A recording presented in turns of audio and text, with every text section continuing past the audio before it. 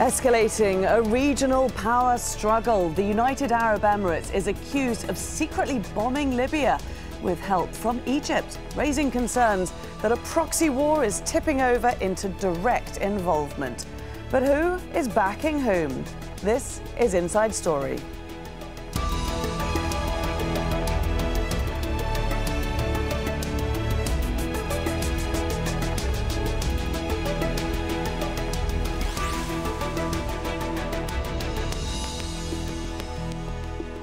Hello and welcome to the programme. I'm Laura Kyle.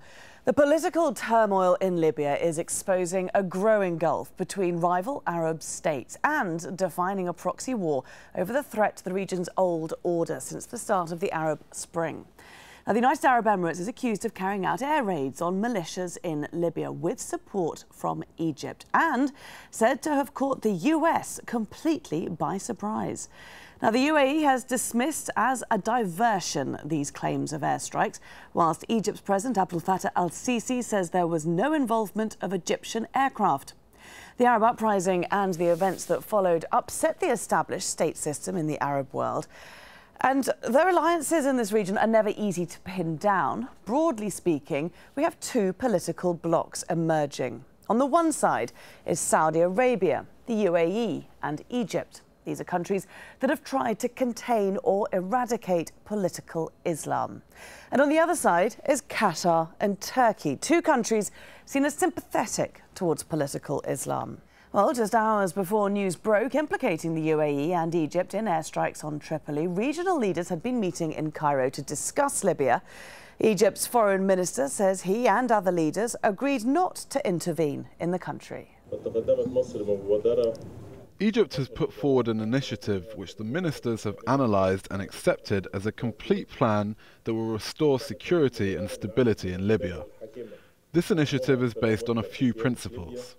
The most important are respecting the unity and supremacy of Libya, refusing any interference in its internal affairs, following dialogue, stopping violence and terror, and supporting the political process. Let's get the thoughts now of our guests on this Inside Story. In London, we have Julian Barnes-Dacey, Senior Policy Fellow in the European Council on Foreign Relations, Middle East and North Africa programme. Joining us from Beirut is Rami Khouri, Director of the Islam Affairs Institute for Public Policy and International Affairs at the American University of Beirut. And in Dubai, we have Ali Kaderi, CEO of the strategic consultancy Dragoman Partners and former specialist assistant to 5 US ambassadors in Iraq. Thank you, gentlemen, all of you, for being here today with us. Ali Kaderi, if I could start with you, why would Abu Dhabi, with the help of Egypt, strike inside Libya, a country that's over 4,000 kilometres away? Well, I think first it's important, before we speculate about their intentions, to ensure that we have the facts. Thus far, as you mentioned in your lead-in piece, Egypt and Abu Dhabi have both denied involvement in this attack. But if it is ultimately proven to be correct per American intelligence sources, what's really happening is a broader regional situation that is really becoming out of control. We've seen proxy wars in Iraq right now raging for 11 years. We have a proxy war in Syria, another one in Yemen, and in Libya, after the fall of the Gaddafi regime, what you really have is a series of different militias, some of them Islamist, some more secular, battling for control of the country, and we're really seeing Libya shatter into 2 or 3 different states. It is in Egypt, Saudi Arabia, and the UAE's interest to ensure that a more secular group of leaders emerges in Libya to oppose, for example, Muslim Brotherhood-backed militias that could end up taking control of North Africa. And that would be a serious problem, particularly for Egypt and its sponsors in Riyadh and Abu Dhabi. Julian Barnes-Dacey in London, what extent do you think Abu Dhabi and Egypt are involved in Libya? We've heard about these 2 airstrikes, but we've also heard about special teams on the ground that have been operating possibly for quite a few months now. Hi, yes, it's true that there are these rumours of ongoing involvement, particularly in the east of the country. It is all speculation at the moment. The facts are murky and it's hard to say, but clearly, as per the struggles going on elsewhere in the region, the Egyptians, the UAE, and perhaps the Saudis have decided that they need to get involved in Libya to prevent the rise of a Muslim Brotherhood affiliated government or tribes which are seizing power, which would then pose, as they see it, a direct threat to them in terms of strengthening a political order which is anti-status quo. Rami Khoury, what do you make of the murkiness of this situation? I mean, it is, I believe, and correct me if I'm wrong, the first time in recent years we've seen direct involvement, direct airstrikes, without it gaining broader approval from the international community. Well, I think this is a continuation of a trend that we started to see in the GCC, the Gulf Cooperation Council countries, at the beginning of the Arab uprisings, when suddenly we saw the GCC countries, led by the Saudis, reacting to what seemed to be the slow, if not withdrawal, at least repositioning of the major global powers in the region, particularly the U.S. getting out of Iraq and Afghanistan and not getting involved in too many other places. So the Gulf countries started being involved. They sent troops to Bahrain. They sent aid. They sent weapons and aid to the Syrian rebels. They helped different groups in Lebanon and Yemen. The UAE was involved somehow militarily in the overthrow of Gaddafi in Libya in 2011. So this has been going on for about 3.5 years, and clearly what you're seeing is a kind of panic among some of the Gulf countries and others who are desperate to stop the growth of Islamist-led groups and Islamist militias all over the region, whether they're winning by democratic means like elections in Egypt or through military fighting and militias on the ground. The problem that many people in the region have is that Egypt, the UAE, and Saudi Arabia are not a very comforting a harbinger of political orders in the future. In fact, it's those kind of conservative military regimes that people have been rising up against in the last 3.5 years. So this augurs pretty bad for the whole region, meaning more tension, more wars, and more fighting. But what you have is the dynamism coming out of the GCC, which is quite impressive. Yeah, and we certainly will return to look at the regional implications of this struggle. I'm still just trying to get my head around a little bit this denial. I'm struggling to see why, particularly Ali Kaderi, we're seeing such a denial coming out of Abu Dhabi, coming out of Egypt. I mean, it's almost farcical, isn't it? They had this regional meeting in Cairo where the Egyptian foreign minister said that the region refuses any interference in Libya's internal affairs. And then just a few hours later, we hear about these airstrikes, which, of course, were implicated to be exactly that, regional interference. Well, again, it's important before we speculate on what may have happened for the facts to actually come out. And I think it's probably too early to tell with regards to these specific incidents, but we'll know soon enough. The reality is that this is a game that sovereign actors, nations play all the time. Iran, for example, has backed various entities, let's say in Iraq, for decades. So has the United States, so has the Soviet Union and Russia, the Chinese, etc. With regards to Libya specifically, again, as your other guests have said, the GCC countries believe they now face an existential threat in the rise of these Islamist militias and other Islamist groups. Particularly after the Arab Spring. They see an American vacuum under President Obama as he pivots toward Asia or just generally ignores events across the region. And so they feel that they have to fill that vacuum, both vis-a-vis existential threats like Iran, but also vis-a-vis Al-Qaeda, ISIS, or the militias, for example, in North Africa, which are sometimes broadly aligned with Al-Qaeda, as we saw with the assassination of Ambassador Chris Stevens on September 11, 2012. So, Ali, who else might possibly have done it? If we are keeping an open mind at this stage, who would be responsible for these airstrikes? Well, again, some groups have said, I believe the Libyan commanders themselves, some of them have said that they carried them out. Obviously, the rivals have said that it must have been a foreign government. I know for a fact that various Western governments have had special forces deployed in Libya for some years now, since the fall of Mubarak. So it's very, very difficult to establish what's happening in a huge country. Libya is a very large country with multiple actors from its neighbors involved across the nation. And again, the situation is very dynamic on the ground. There are probably at least a dozen foreign actors who have vested interests playing out across Libya. So the situation is very dynamic, and I think it's very important not to speculate on what exactly may have happened until greater facts emerge. Okay, I'm afraid we are. Just for one more point, though, Julian, when we look at who else might have been responsible, as Ali was saying, the former General Khalifa Haftar was one name that came up. He took responsibility for them. But by the time the second airstrike came along, it was generally assumed that he didn't have the capabilities to carry out these airstrikes. So where do you think the blame's lying here? It's extremely hard to say. I mean, the fog of war in Libya at the moment is extremely confusing. And yes, there were a number of reports that a militia or a tribe had managed to seize some planes which they had wanted to use for flyby actions to merely send a sign that they had means at their disposal. But really, it's hard to say who's involved and what they're doing. Clearly, the use of air power is a serious matter. It's a step up from the tribal fighting, the militia fighting that we've seen to date. So the idea that there are state sponsors behind this is extremely plausible. Rami Khouri, let's look a little bit more about the divisions that we're seeing emerging in the region. We've got Qatar and Turkey coming on the other side of the equation. What do we know about their involvement in Libya?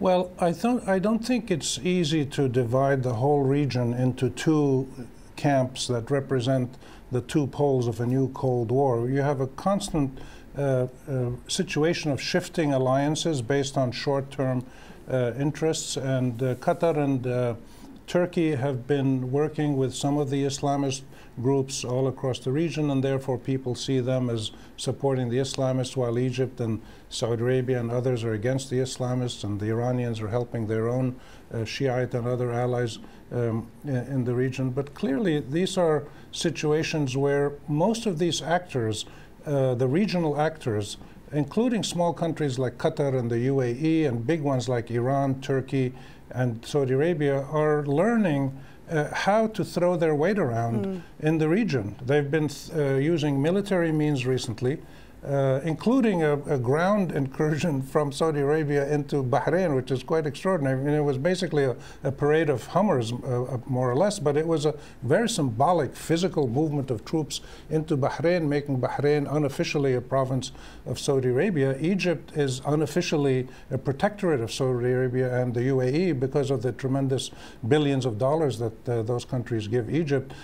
So they're throwing money around, they're sending troops on the ground, they're helping rebels, and now you've got air power, and other means will be used, diplomatic means, etc. So I think the situation is one in which we're seeing a whole new phase. We don't know how long it's going to last, but a whole new phase where regional actors are stepping in to fill in the vacuum that has been created by the partial withdrawal of the big powers that used to dominate the region. This started on a small scale when the Cold War ended, but you're now seeing it on a much bigger scale as the U.S. is getting out of Iraq. And the collapse of countries like Iraq, or near collapse of Iraq, Syria, Libya, Yemen, and others, is creating a free-for-all where there are literally hundreds of militias, and these groups change all the time. They're sometimes Islamists, sometimes tribal, sometimes nationalist.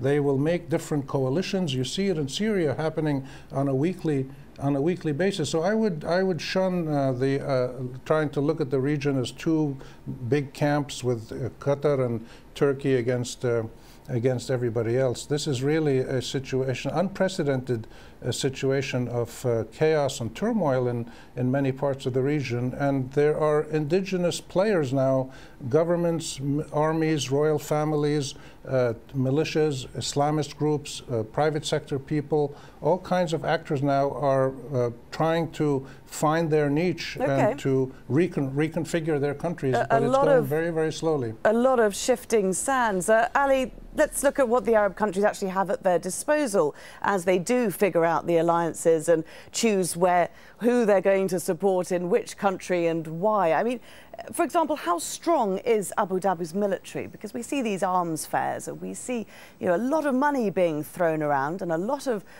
very expensive, very up-to-date equipment. Is the region heavily armed? The region is indeed heavily armed, frankly more armed than probably any time in history. The United Arab Emirates possesses 60 Block 60 F-16s, which are the most advanced F-16s in the world, actually more advanced than America's own F-16 fleet. They're very capable, and as General Petraeus once said, the UAE's Air Force would be capable of taking out the entire Iranian Air Force within hours. But I think it's important to focus not on normal military capabilities, but frankly asymmetric and irregular warfare. And Iran, through its Revolutionary Guards Corps, and particularly its Quds Force, has the supremacy in this regard. We've seen the Iranians exercise a huge amount of influence over events in Iraq, over Syria, over Lebanon, and recently in Yemen via the Houthis, and perhaps even in Bahrain, through basically campaigns of co-opting those populations or various political dissident movements, by injecting a lot of cash, by assisting them with intelligence, and even by training, arming, and equipping some of these groups. For example, the Houthis in Yemen, some of the groups opposing the Al Khalifa dynasty in Bahrain, and then the wide variety of militias in Iraq, now the Assad regime in Syria, and again in Hezbollah in Lebanon. So you have the regular military capabilities that countries like the UAE, Qatar, Saudi Arabia, and Turkey have.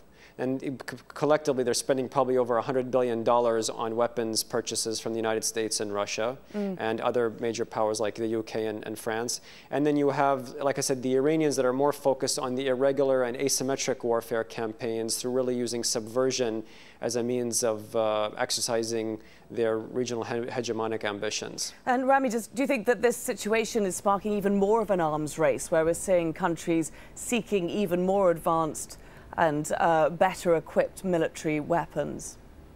I don't think so, no. Historically, the arms that Arab countries have been used primarily against their own people to maintain order. Occasionally, you've had some regional wars, Iraq and Iran, and some Arab-Israeli wars. But I don't think we're going to see a major regional war with Arab armies or Iranians or Turks fighting each other. What you're going to see, I think, is what Ali basically said, a continuation of asymmetrical warfare. The problem is that these countries, these governments, in some cases are coherent and strong governments like Saudi Arabia, like Jordan, like Turkey, and in other places they're not. If you look at Libya, Syria, Yemen, and Iraq, maybe Sudan to an extent. These are countries that are very fragile, and we don't know if they're going to stay as countries. So what you're seeing is a dispersal of the tools of violence, the means of violence, among hundreds and hundreds of smaller groups, militia groups, tribal groups, family groups, whatever. So what you're going to see is continued militarization of the region, but not major arms race. And by the way, all these hundreds of billions of dollars that the Arab Gulf countries have spent on weapons, you'd think they would be using them against the Islamic State in Iraq and Syria, but they're nowhere to be seen, which is kind of bizarre. And also, we need to look at the US's role in this, because the US was not involved for sure in these airstrikes. In fact, it was significantly involved in the coalition operation to topple the Libyan leader Muammar Gaddafi. That was an offensive that was sanctioned by the UN Security Council. But both the US and the UN have made their views very clear about further involvement.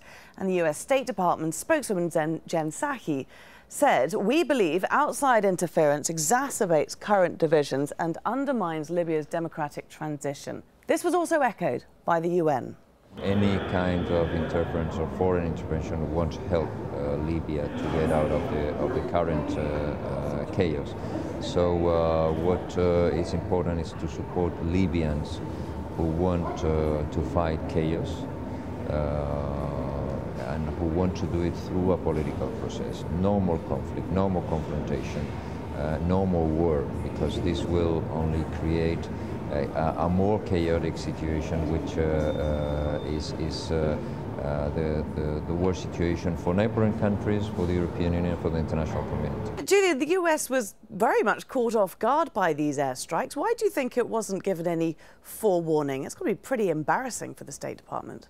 Well, I think it's debatable whether if these attacks are as they were stated, if the Americans knew or didn't know. I wouldn't be surprised if they had some knowledge in advance. But clearly, this points to the divergence of interests at play in the region today, and it's not just in Libya; it's elsewhere, where you have a group of Gulf countries who believe that through use of force, through might, that they can channel and shape political developments, impose political orders on countries like Libya or Syria to their liking. And I think the Americans have clearly said, we may agree about what we want the eventual outcome to look like, but frankly, we've been there. We've done Iraq, we've done Afghanistan.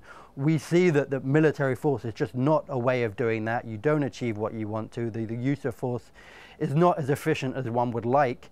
And they are understandably worried that actually, as in Iraq, it can exacerbate situations. So I think there's this debate and this divergence about means and ends. And really, the Arab countries still think that they can shape them in a way that the events that Americans just don't. And given the American desire to perhaps stand at a greater distance away from these events, clearly these Arab states are stepping up more and more. They believe that they can assert their will more forcefully by their own means.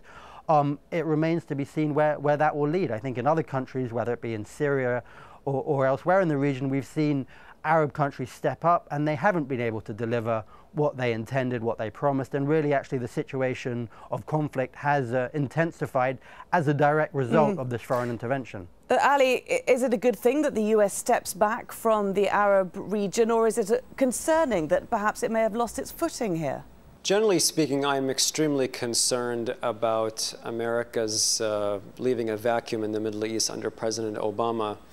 And in a recent open letter to the president, I urged him to appoint a Middle East czar and to really draw up a cohesive, coherent Middle East strategy and to shuffle his national security team. Because again, what we're seeing through the American vacuum that's evidenced in Afghanistan, or especially in Iraq, the fact that we let the civil war in Syria continue for 3.5 years unabated as it became a regional proxy war. What we're seeing in each of these cases is, left to their own devices, countries across the region have their own vested interests, and the United States can play a very unique convening power. But in the lack of such a convening power, everyone is left to do their own, pursue their own ends. And so, for example, where the United States had previously corralled all of the GCC countries, to include, for example, Qatar, Saudi Arabia, United Arab Emirates, behind, for example, evicting Saddam Hussein out of Kuwait, now what we're seeing is rivalries within the Gulf, let alone the Iranians and the Syrians and the Iraqi militias. And so what we're seeing, broadly speaking, is the destabilization of the entire region. And unless the United States, its European allies, and even other major powers like Russia and China really step in and to calm things down, to reduce these proxy wars, to allow, to reach some type of peaceful diplomatic means to the crises in each of these countries, what we're likely to see is that they are going to be exacerbated and they're going to get worse. But Rami Khouri, we've got 1 minute left. Just going to put the final point to you. Is it about time that the region takes care of its own problems? I think it is about time. I think it's important to understand that the turmoil, the chaos, the violence, all these unpredictable, terrible things that we're seeing all around us did not just come out of a vacuum. They came out of the last 40, 45 years of two very, very terrible trends. One was a total autocracy in the Arab countries with mismanagement and corruption in terms of internal governance, and repeated external intervention by the Americans, the Iranians, the Europeans, the Russians, all kinds, and then the Arab-Israeli conflict. All of these things for 2.5 generations now have brought us to this point. It's going to be difficult to get out of this, but yes, ultimately, the people of the region have to reconfigure, revalidate, and most importantly, re-legitimize their countries. And if these countries take different shapes, like Czechoslovakia and Yugoslavia did after the fall of the Soviet Union, if it's by the will of their people, then so be it. We will celebrate the self-determination of all peoples in this region as we have in other parts of the world. Very interesting indeed to get all your points of view. Thanks very much for joining us here today. In London, Julian Barnes-Dacey; in Beirut, Rami Khouri; and in Dubai, Ali Kaderi. And thank you to you too for watching. You can let us know your thoughts by leaving your comments on facebook.com/AJ Inside Story, or you can go to @AJ Inside Story on Twitter. I'm Laura Kyle. From me and the team here, bye for now.